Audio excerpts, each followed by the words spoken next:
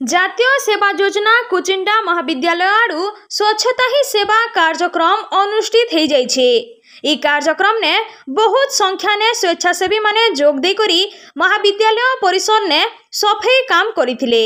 तारु तारु महाविद्यालय रो प्रेक्षालय ने गुटे सभा अनुष्ठित होइथिला।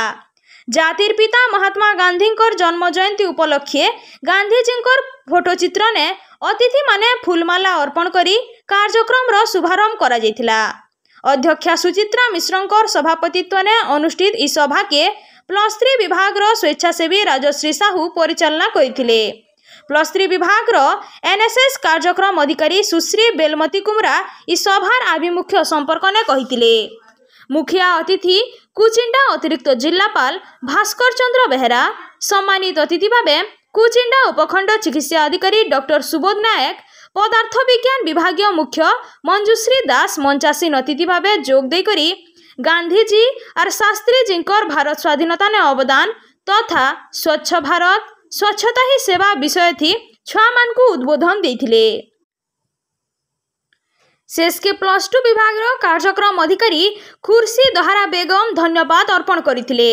ई कार्यक्रम ने अध्यापक सुधांशु महापात्र, कान्हुचरण मुन्ना, रोशन कुलू, अध्यापिका संजुश्री साहू, वरिष्ठ नाट्यकार सूरज चंद्र नायक, पुरातन छात्र संसद रो साधारण संपादक बाबुनी महांती, सदस्य तनय महापात्र, रिंकू कुसुम जोग दे करी स्वेच्छासेवी मान को उत्साहित करथिले।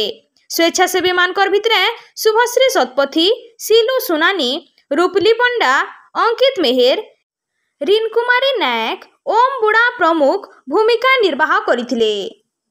मु doctor Subodh Kumar Nayak, superintendent SDH Kuchinda.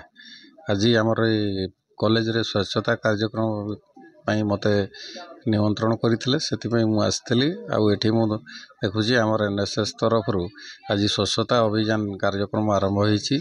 एठी पिला माने जो पार्टिसिपेंट्स माने से माने निजे एक्टिवली सब काम करूचंती।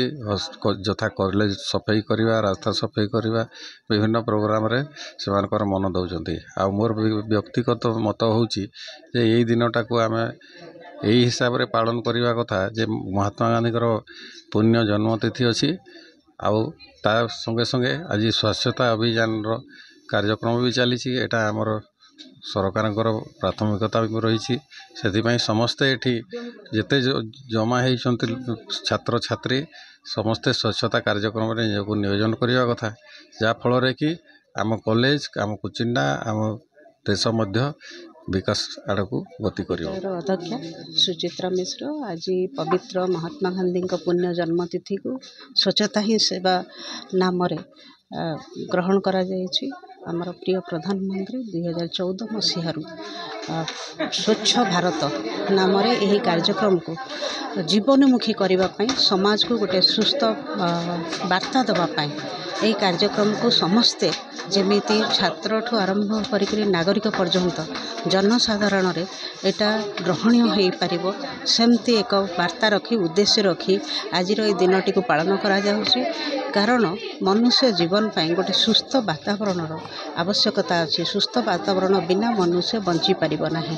तेणु वातावरण को सुस्थ रखापी यही कार्यक्रम टी को जातीय सेवा योजना तरफ आज कुचिंडा महाविद्यालय रे पालन करा जाउछि। छात्र छात्री माने सकाळु आमर परिसर को कॉलेज प्रांगण को सफा करथिले। तापरे एक सभार आयोजन करा जायतिला।